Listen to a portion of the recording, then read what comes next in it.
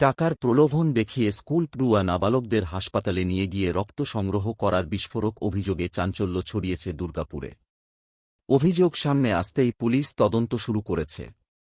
ঘটনার সঙ্গে কোনো সংঘবদ্ধ এজেন্ট চক্র জড়িত রয়েছে কিনা তাও খতিয়ে দেখা হচ্ছে। অভিযোগ অনুযায়ী দুর্গাপুরের ইস্পাত নগরীর একটি বেসরকারি স্কুলের ৩ নাবালক ছাত্রকে টাকার লোভ দেখিয়ে বিধাননগরের একটি বেসরকারি হাসপাতালে নিয়ে যাওয়া হয়।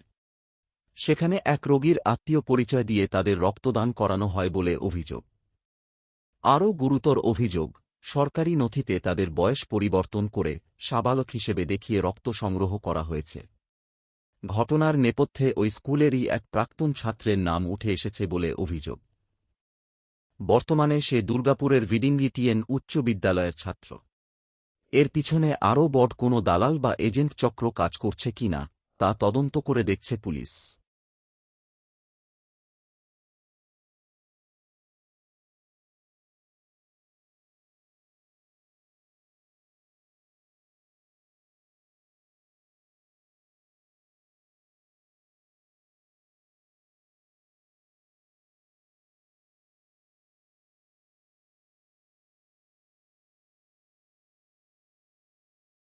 স্কুল থেকে তার প্রিন্সিপাল কমপ্লেন করেছে, কি বলবেন এই বিষয়ে? একটা অভিযোগ আমরা পেয়েছি, আমরা ওটাকে ইনকোয়ারি করে দেখছি ব্যাপারটা।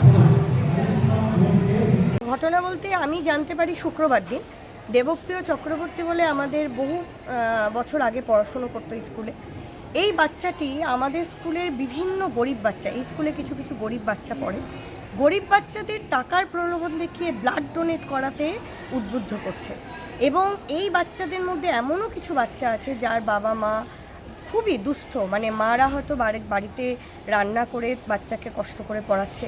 সেই সব বাচ্চাকে ও কী করছে, স্কুল থেকে বেরিয়ে গিয়ে একটা মেন রোড আছে এখানে শিবাজি, ওই জায়গায় ধরে ওদের ব্রেন ওয়াশ করাচ্ছে, করে ব্লাড দিতে যাচ্ছে। এবার আমার কথা হচ্ছে, যে হসপিটালেই যাক না কারো, তারা তো একবার জানতে চাইবে যে আপনাদের বয়স কত বা তোমাদের বয়স কত, কারণ বাচ্চাদেরকে দেখেই মনে হচ্ছে তারা আন্ডার এজ, সব 13 বছর, 14 বছর, 15 বছর। আমি খুব ভীত সন্ত্রস্ত। আজকে এই কটা বাচ্চা, পরবর্তীকালে তো আরও বাচ্চা হতে পারে। কতগুলি বাচ্চা? আমার এখান থেকে তো 3-4 জন ধরা পড়েছে, ঠিক আছে। এবার আমি যা শুনলাম এত বড় একটা র্যাকেট, আমি যখন আস্তে আস্তে এগোচ্ছি, আমার মনে হয় ইমিডিয়েট যদি প্রশাসনিক স্তরে মানে এই স্টেপ না নেওয়া হয় তাহলে কিন্তু বিপদে পড়ে যাবে। কারণ দুর্গাপুরের আমার মনে হচ্ছে অনেক স্কুলের বাচ্চা এর মধ্যে জড়িত, কারণ টাকার প্রলোভন যেহেতু আছে না, তার জন্য মনে হয় অনেকেই এর মানে এই প্রলোভনে পড়ে যাচ্ছে। কলকাতা থেকে কালকে ফোন পেয়েছিলাম, আমাকে কিছু মানে থ্রেটিংয়ের মতোই করা হয়েছিল, আমি ফোনটা কেটে দিই। আমার মনে হচ্ছে এটা বিশাল বড় একটা র্যাকেট। আজকে আমাকে এরম করছে, তাহলে গার্জিয়ানরা ভয় পাচ্ছে যে আমাদের বাচ্চাদেরকে কিছু করে নেবে না তো ম্যাডাম, আপনারা রক্ষা করুন। আমি প্রশাসন স্তরেও বলছি, আপনাদেরকেও বলছি, প্লিজ বাচ্চাদেরকে রক্ষা করুন। পুলিশে অভিযোগ করা হয়েছে, কিন্তু পুলিশ রিসিভ কিছু করেনি, কিন্তু সব গার্জিয়ান গিয়ে পুলিশের একদম রিটিন কমপ্লেন করে এসছে কালকে, আমিও সঙ্গে ছিলাম। দিদি, দুর্গাপুরের এক বেসরকারি হাসপাতাল, সেখানে নাবালক পড়ুয়াদের রক্ত নেওয়া হচ্ছে দালালের মাধ্যমে, 300 টাকা করে দেওয়া হচ্ছে।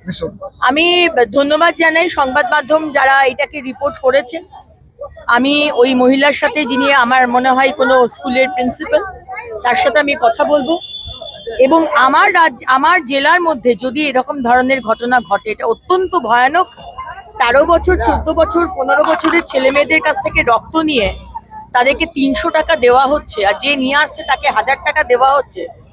এগুলো কোনো মতেই আমরা সহ্য করব না। স্ট্রিক্ট থেকে স্ট্রিক্টেস্ট পানিশমেন্ট হবে, এটুকু আপনারা ভরসা রাখবেন। দিদি, এই বয়সে বাচ্চাদেরকে রক্ত নেওয়া যায়?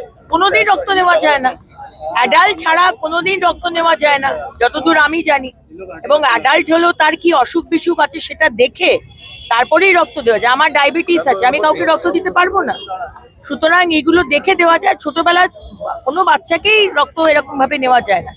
কিন্তু আজকে এই পকেট মানি পাওয়ার জন্য বা যাদের সংসারে অভাব আছে তারা জানে না, তারা ভাবছে যে ছেলে মেয়েকে পাঠিয়ে দেবো, 300 টাকা সংসারে চলে আসবে।